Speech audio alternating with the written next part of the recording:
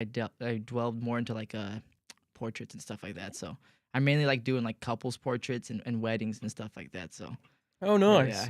yeah, it's nice to have like a little hobby outside of fighting where I can focus my time on that. So Yeah, another little craft that you can work on, right? exactly, yeah. Knee injury from what? Just life? Yeah, just being a dumb kid trying to, That happens yeah, sometimes. yeah. That So happens. yeah, I tore some ligaments in my knee, and it just took forever to recover. And just the healthcare around here isn't the best, so it just took forever. But finally got it all going, and then after like I'm gonna say a couple weeks after I was cleared to do like a jujitsu tournament, I took a fight, No and shit. yeah, I won that one in like a minute, and then just kept going from there. So Were you a little worried about going into it with your yeah, knee? yeah, Yeah. definitely. But I felt like my skills were good enough to where I could probably try to avoid it, but it was definitely in like the back of my mind. How long had you been training before you took that fight?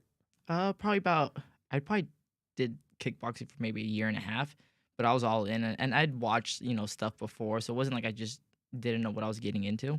You had a Uh, rough idea of where you were gonna go. exactly, yeah, yeah. So I would study it like crazy. At the time, we didn't really have gyms around here, so I would study it like crazy. I have a twin brother who fights, and we just do stuff on each other, and we just practice like that.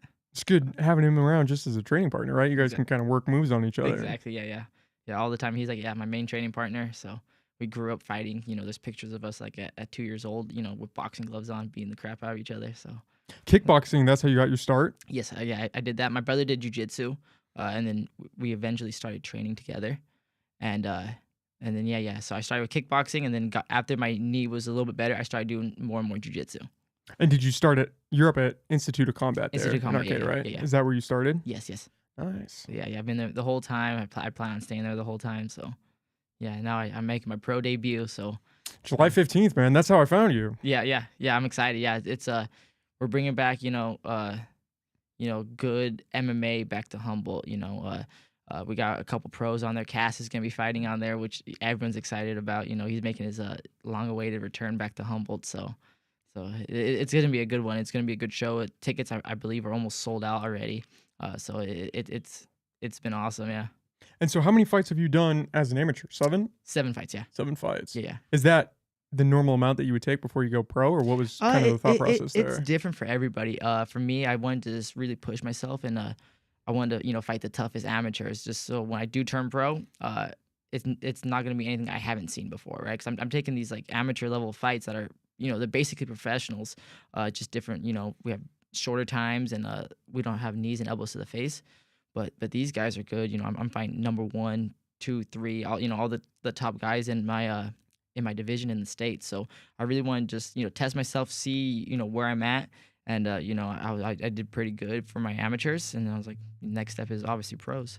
It felt like the time to Yes. kind of transition there. Yeah. Yeah. Especially after my last fight, it was for the number one spot in California. And I thought I did enough to win. It was a good fight. Judges gave it to him. It is what it is. But I feel like I did really good in that fight. So it was just a, next logical step. Is that the hardest way for a fight to end is when it goes to decision? Would you rather have it be a KO or something, or I'd rather even get just a finish submission? just because Yeah. that's what I trained for. Finishes. This kid was super tough. Though, like I said, it was like for the number one spot in California. Hometown guy. Had like the judges on his side, which it is what it is. I could have done things differently to make it more like put a stamp of approval on it. But decisions. I mean, it's a good learning experience. Don't get me wrong. You're going all 3 rounds, and you learn a lot about yourself during that time. So yeah, but for me, I have 100% finish rate. So I wanted to keep it that way. So, I guess it's like a blessing in disguise that I did lose a decision because, I still have the 100% finish rate. Yeah, it's got to sting like that, especially if it comes down to the judges. Yeah. And you're not in your hometown, so you don't Yep. have that little edge. Exactly, You're like, yeah. oh shit, did I really lose that, or what happened here? Yeah. I mean, at first, I thought it was like close after watching it. I don't think it was that close. Again, it's just my Well, it's got to be personal. hard to gauge when you're the one that When fought you're it. fighting, You're yeah, like, man, exactly, yeah. I think I did pretty well. Yeah, but for me, it was like the outpour afterwards. Like people I don't even know messaging me, like telling me they thought I won. So, but it is what it is. It's a learning experience. You just gotta pick yourself up and just keep going. Is judging kind of variable like that when you're in the amateurs? Or is there a It's strict kind of code amongst those guys? So judging is you're supposed to have a certain criteria that you go off of. A lot of these judges just kind of base it off of who they thought won the round rather than actually following like the criteria, right? Because It's supposed to be damage is the first thing, and then control. So if damage is equal, whoever has the next, like, whoever had more control would win the round. But sometimes, you get someone who might wrestle, who takes you down and just holds you down. And the guy can be like, attacking from the bottom, throwing up submissions and whatnot. But the guy who had more control would win the round, even though that it might not be more damage per se. But each judge is going to be different no matter what. So they're just gonna, You kind of just have to deal with it at the end of the exactly, day. yeah. You gotta try to be, the better fighter in the moment, and never leave it to the judges. Because I've seen so many, like Cass, who had just fought. I think it was back in March. I thought for sure he won. I thought he won very clearly, and then the judges gave it to the other guy. So you never know, what's gonna happen. And then, especially in pros, they take half your paycheck away if you lose, because they split up between show and win money. And if you lose, then you lose half the money. So all because, a judge's opinion rather than, scoring to the criteria actually. But Yeah, that's gotta stay. That's yeah, not how you want it to end. exactly, yeah. But Are you guys making a lot of money as amateur fighters? Or is the money when you go pro? That's what money's when everybody's you go shooting pro, yeah, for. yeah, yeah. So it's illegal to pay amateurs So you guys are doing this for free. for free. I have some sponsors that help out. So shout out to Exit Realty, Bottle and Cork, and then Happy Joe. But I mean, yeah, you're just doing it for the love of it at that point. And then once you go pro, then that's when you start getting paid. That's pretty crazy. Yeah, it's You guys are nuts. stepping into the ring and there's no guarantee of anything coming out. Exactly. Yeah, yeah. You can, obviously take brain damage, right? Getting punched to the head. If you do it correctly, though, like matchmaking, no one's gonna seriously get hurt. Obviously, if you get some guy who's way, levels above that, like, some random kid, that's how people get hurt. But if you do like matchmaking correctly, you train properly, you have a good gym, good coach, you're not gonna seriously get hurt too. I don't think I've ever gotten hurt in any of my fights. So, I bumps and bruises, but those go away in a couple days. But yeah, fighting for Nothing that's gonna put you out for a couple months. exactly, yeah, yeah. So, but yeah, fighting, you just do it because you love it, and then obviously you train enough. You go pro. That's when the paydays start coming. So it's weird. Like when I first signed the contract, like I saw how much I'm actually getting paid. Like I'm actually getting paid for it. It's so crazy. It's the weirdest thing ever. Well, especially just to be making money doing something that you enjoy. Yeah, That has to be a exactly, pretty great feeling. exactly, yeah. Who gets to decide who you're up against? Is it just they throw out, hey, we've got this guy, whoever wants to fight him, or is your coach kind of involved in that? So there's matchmakers. So they go and look for the opponents, and then they'll probably like relay it to like my coach or me, and then I'll sit down and talk to my coach. Should we take this fight? Is it a good fight? And he's always down for us fighting like the toughest guys around, which it gets pretty rough. But it's like if we want to be the best, we got to beat the best. And so we're not taking any easy fights ever. So usually he's saying, yeah, let's go for it, and then we try to come up with a game plan, work specific things, and then try to execute it during the fight. Do you have a training camp going Yeah, into a fight, or are you just always kind of in pretty good shape where you can take one and then just work a few moves? Or I like watch some tape of this guy and figure out what his weakness is and go in. yeah, yeah. So my coach is really good at breaking down stuff like that, and then I would say I'm pretty good at listening and following along. Uh, Training camp though, this one I have about 7 weeks left. Uh, So it's a lot of hard training. You want to do cardio, and get your body ready for it. So I mean, training crazy year round, at least for me, just isn't possible since I'm a diabetic as well. So trying to fight with diabetes, trying to maintain that and stuff, I can't just break down my body like that. So I have to be, I have to think a little differently about it.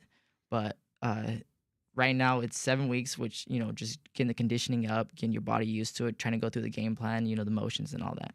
So 7 weeks. So you're week 2, week 3 right now? This is week 2. Week 2. Yeah. What are you guys working on? Right now, I'm just working on just my movement, just making sure I'm dictating where the fight's gonna be. I don't want to just stand in one spot. Just a bunch of stuff that I had to work on for my last fight. We're trying to fix it right now, and then as the weeks come along, then we're adding more and more stuff, right? And especially because now it's pro, so we have 5-minute rounds as opposed to 3-minute rounds, and then we also have elbows and knees to the face. So completely, You got a couple new dynamics in exactly, there. yeah. So my offense is gonna be a little bit different, as well as my defense, and then just pacing is gonna be because 3-minute round, right? You get a takedown, you basically won the round because it's so short. But 5 minutes, you got to really pace yourself, otherwise you're gonna gas out pretty quick. Are you guys doing a lot of grappling when you go into training camp, or do you feel like you have a pretty solid base there? I would say my grappling is good. I can always work on it. But I'm a purple belt in jiu-jitsu. I feel like my submissions are pretty good. but you can always work on it, right? There's always something to work on. Yeah, even if you feel like the moment you feel like you have everything under That's when control. you lost. Exactly. Yeah. So there's always something. I'm always learning something new every single day. Do you feel like you're stronger on the ground or standing up? I would say Or it's kind of a I toss up right now. so my finishes are split. I would say I'm more comfortable kickboxing for sure, but like if it goes to the ground, I'm totally fine there. But I like my punches and kicks. That's really like what I started with, and that's really what I enjoy doing. You had those calf kicks, right? Yeah, I yeah, saw a fight. I don't know. It was with Laz, I think. You were fighting yes, him, and yeah, you guys were trading those calf kicks yes, pretty yeah. seriously. Yeah, so that was the whole game plan for Laz, was to really just chop down his legs. That was a tough one because that was my first loss, and that was really when I realized I needed like get like my whole diabetes thing in check too, because this the whole like the lead up to that, like my blood sugars are just so crazy and just it was nuts. Yeah, so that was a good learning experience as well too, and he was actually the state champion too. Oh no shit. Yeah, he was a state champion for the longest time. That was for a title as well. So there was just so much going into it, and then I got humbled pretty good in that one, but it's again just like learning experiences. The type 1 diabetes. I mean, how much of a factor is that in this? Oh, it's huge. Are you just like that's always constantly in the back of your head with your training or Yes, with yeah, what you're eating? What's going on there? yeah. So I have to make sure my diet's on point. I can't have too many carbs because if I'm taking insulin, right, I have the possibility to go, dropping low with my blood sugar. Same with training, right? If I'm training too hard, my blood sugar can go low. So I have to keep it at like a constant, like normal level. And then people don't realize like when like fight night happens, like your body just has so much adrenaline. Adrenaline raises blood sugar. So then I'm in the backstage taking insulin, Before you go out and before I fight. go fight, trying to bring it down, and just the whole lead up to it, right? If I have like a couple days where like my blood sugar is just crazy, then I'm feeling, like just tired and like lethargic and whatnot. Like even when I fought Laz, my blood sugar before I walked out to go fight was like I think it was like 325 or something like that, and then it goes up during the fight too. So it was in like the 400s, and my mind was not there for sure, but it's something I've definitely gotten better at. I've been working on it for sure, and it seems to be I found like a good like little recipe for to figure it all out. Just getting hit in the head, does that affect it at all? Does that Uh, any brain stuff I'm reacting not. to insulin? I'm not that familiar with Yeah, yeah, insulin yeah, stuff. yeah. I don't think so. I mean, it might like make your adrenaline go up, spike a little bit higher. You're in danger and stuff. But I think it's just the adrenaline and just you're in a fight or flight Yeah, thing, just and getting amped up before exactly, you walk yeah, out and there. you can't run away from it. So your body's just just pumping adrenaline like crazy. So, but with insulin, just trying to time it correctly too, because it's not an instant thing. You have to time it correctly to where I try to make it go down, and I try to keep about 150. So Is that that normal? Is 150? for me that'd be about yeah normal, because then your blood sugar goes up about 100 points. So if I can time it correctly, get about 200, I'll probably be all right. But yeah, like a couple of my fights, they're like in like the 300, 400 range, which normal is like 100, 120. And so when it spikes like that and you're at 300 or 400, you get pretty tired. It's almost like all the energy's draining from you, or Yes, so yeah, you get lethargic. Your mind's not which thinking. is in the middle of a fight. That's not what you It's want the to scariest thing happen. ever. Yeah, Yeah. yeah. So yeah, your reaction times go way down.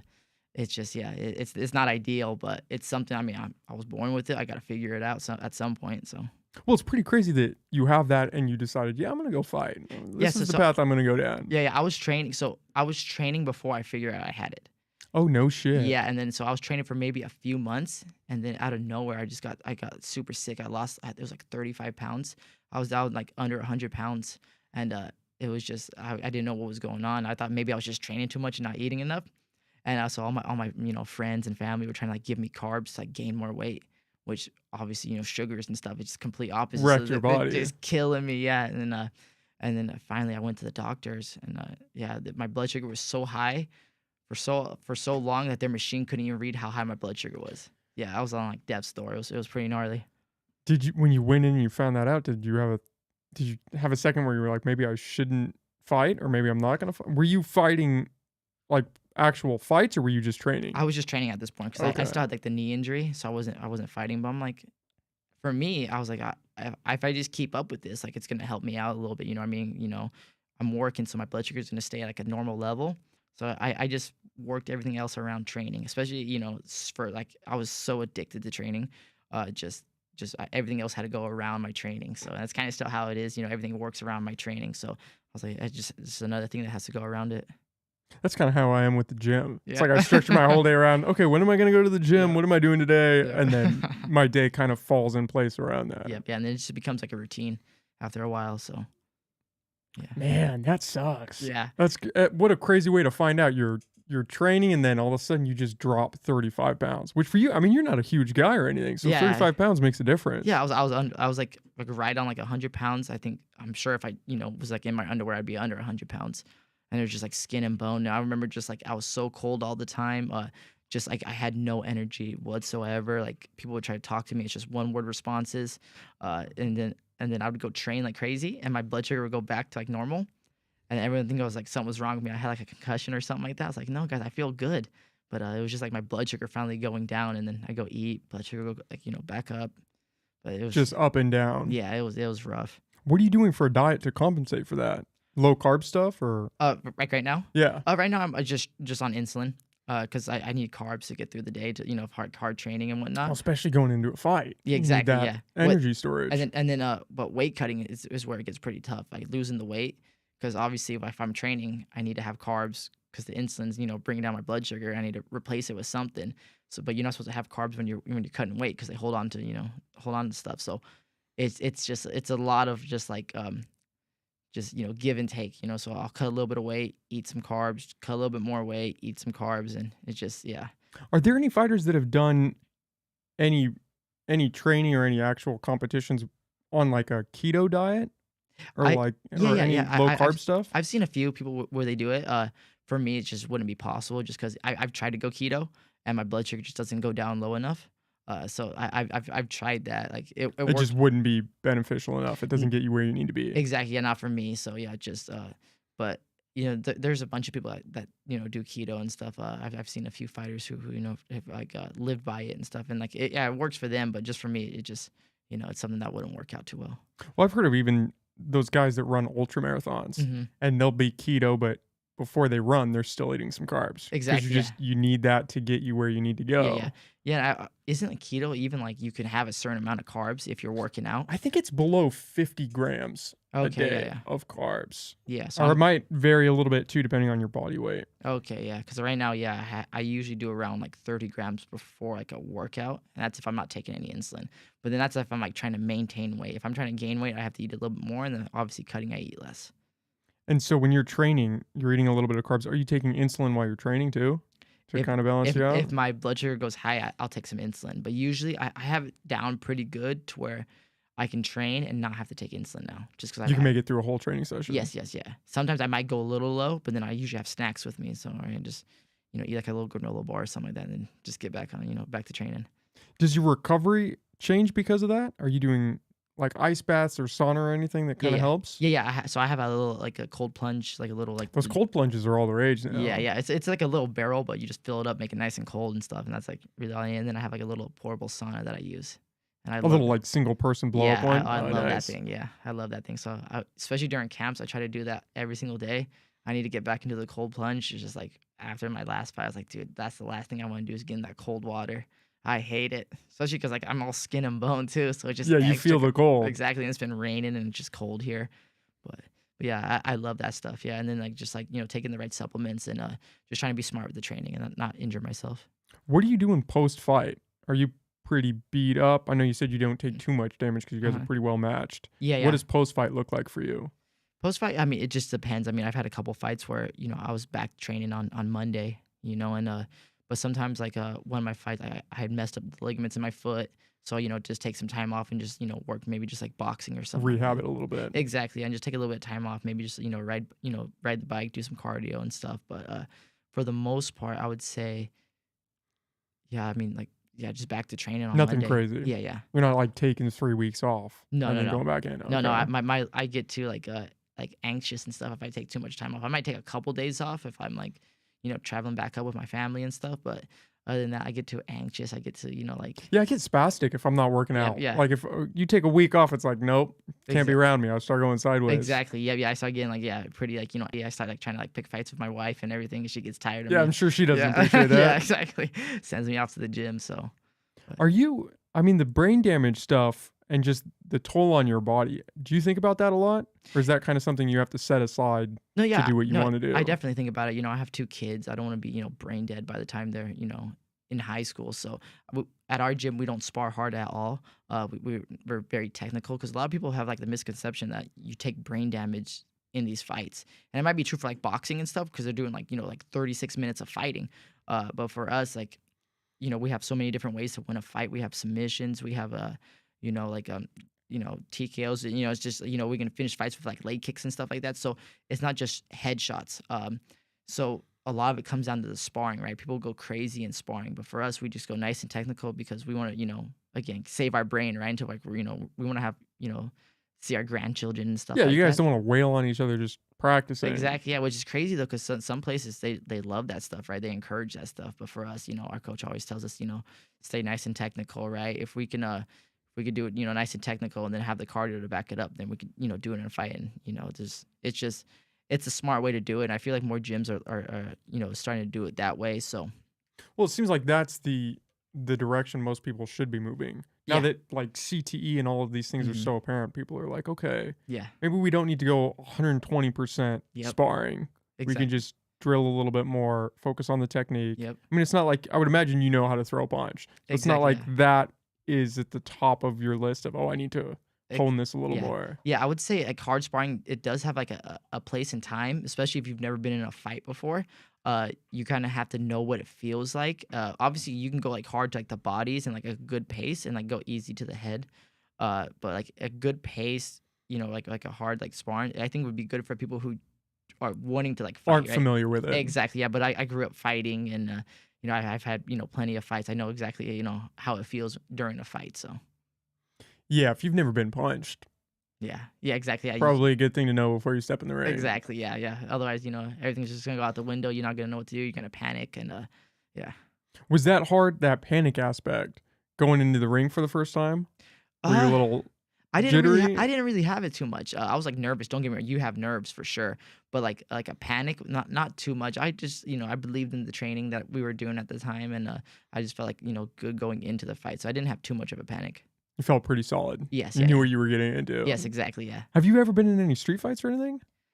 I mean, yeah, like high school scuffles and Yeah. stuff like that, yeah, but, like, we used to, like we grew up in a trailer park, so, like, the only thing to really do was, like, either you played, like, video games or, like, we had, like, a little, like, fight night on, like, every Friday, so we just Yeah, get see, I went the video game route. That's why I'm doing a podcast yeah. now. Yeah, but, I'm still playing video I just beat the new Zelda, like, the other day too, so Tears of the Kingdom? oh, I I love haven't it. played it, man. I've seen some videos. It looks pretty Oh, I sick. love it. I'm a huge Zelda fan. I got, like, the tattoos and everything, Oh, but, no shit. yeah, yeah, so, but, so either if I wasn't playing video games or, like, we're outside, like, boxing, like, all the, like, the neighborhood kids and stuff, so, It's yeah. good training for where you're at now. Yeah, it gave me, like, I guess, the experience, even though it wasn't, like, Or even just a little confidence a little that bit, you're yeah, not yeah, gonna get into a scuffle and then yeah, shit's gonna hit the fan. exactly, yeah, yeah, yeah, the little bit experience, all that and stuff, so going into, like, my first, fight, I was just, like, like, You felt prepared. exactly, yeah, yeah. Well, I would imagine that's kind of the structure of you guys up at IOC is Mhm. it's not just a training gym, like you're training to fight up there, right? That's my interpretation of Oh, it. yeah, so we have, like, a fight team where, yeah, we have specific guys who are just training to fight, and obviously we have, like, our regular classes for people who wanna just, learn some jujitsu, learn some kickboxing and stuff too, so it's, like it's not like an ego-filled gym where, you're just beating the crap out of each other, so we have classes where even, like, all of, like, the pro fighters are in these classes training with, 80-year-olds and, like, all these other people, you got, like, these accountants or whatever, right? Everyone's training together, so it's not and then we obviously have, like, the fight team where, where that's where, like, the training is, like, ramped up and everything. A little more intense. Exactly, yeah, all the cardio and, all the weightlifting and then plus the technique, it gets pretty tough. Is it just you guys and then what is it, Lost Boys up there too? Yeah, there's Lost Boys and then, like, Humble Jiu-Jitsu is, but they're not really, like, MMA, but Does Lost Boys do they train any fighters or they're more just class based? no, no, they have a bunch of fighters. They have fighters Yeah, they too. have fighters. They do like the Bear River fights and whatnot, and then some of the guys come and like spar with us a little bit every once in a while. But Are they more gi jujitsu? Are you guys are more no gi, right? Because you're prepping for yeah, fights. yeah, yeah. I'm not sure what Lost Boys does, but for us, we're like more no gi. We've had like a couple gi classes beforehand and whatnot, but yeah, for the most part, we're more like grappling, like it kind of suits more towards like jiu-jitsu tournaments and like fights. I like the no-gi Yeah. stuff. Yeah. That's I've been wanting to take a couple of classes, and I feel like no-gi would be the way to go because that's a little more realistic, at least for the situations I would be in. Yes, I don't yeah. think I'm gonna ever run into a street fight and there's gonna be a guy with a gi standing there trying to come That'd at be me, yeah, unless you're in like Brazil or something like that. So Might have it in Brazil. I would believe that. yeah, yeah. For me, I like the no-gi. I just feel like it's more fast, like fast paced. The scrambles are fun. I do enjoy gi as well. It's just I'm saving that for like when I'm retired. I can have something to do. You know what I mean? So just do all my no-gi now, and then once I'm done with fighting, then I can retire with some gi. Retire and just roll Yeah, around, exactly. do Yeah, some movements. yeah. I've learned all that stuff. So That's exciting, man. The professional debut, I mean, this is like what you want to do. Your plan is to go yeah, and stick with this for as long, yeah, like ride this wave as long as yeah. you Yeah. can. Get to the UFC, and then That's the that's the get. end goal, yeah. UFC. Yeah, yeah. So I've been dreaming about that since I was, a teenager, just, watching, videos, trying to just learn all by myself. And then when I found the gym, Institute of Combat, just, Just everything, clicked. it just clicked. Yeah. And then we've been going ever since. So, try to get there, get to the UFC and make some noise. Is your brother trying to do the same? Yes, yeah, yeah. Oh Yeah, he man. just had a fight on Saturday as well. And he won second round with a submission. So we had three guys fighting in Reading, and we came out, thankfully 3-0 for that weekend, but a bunch of tough fights and everything. It's almost the perfect combination where you both are trying to go down this path because you've Mhm. got a perfect sparring partner in him and Yep. he's got one in you. Yep. And you guys are both serious enough about it where you're not just rolling with some like me. Like if you were rolling with me, Mhm. you'd fuck me up. But you two are on kind of par with each other. Yeah, yeah, and I mean, we have a bunch of teammates too. We like Cass Bell, obviously. Another great one. Exactly. Yeah, he fought in Bellator. He was ranked in. I think he was like number 8 in Bellator for like the longest time. We have guys like like Dupree. We You guys have a solid team a built solid up team. there. Yeah, we're all training together, and even training with like the new guys. Like you could learn something new. I mean, obviously maybe not like techniques, but they might do something a little different, but you've never seen it before. You're like, oh, okay, that that was pretty cool. So you can learn. If you have the right mindset, you can learn anything from anybody. You know what I mean? Well, yeah, especially if they almost have that advantage where they don't have the experience of what someone would do in that situation. So Exactly. they're Yeah. a little more sporadic. Exactly. Yeah. So if it comes to like self defense or something like that, that's more ideal like that. Because obviously, if you get me in like a mount position, I'm gonna do a certain move where it's like you learn it in jujitsu. Yeah, But what you've trained to do. exactly. But if I had no idea what I'm doing, I might just like spaz out like crazy. But which would probably be more realistic in like a self defense situation. I've heard that it's rolling with those new guys that are just getting into it. That's where it can get a little dicey because that's how people get injured. Does that kind of track? Yeah. Usually, if you get like two like newer people together, then they just go crazy. Because nobody knows what They they're have no, doing. yeah, So have they're no just control. Yeah.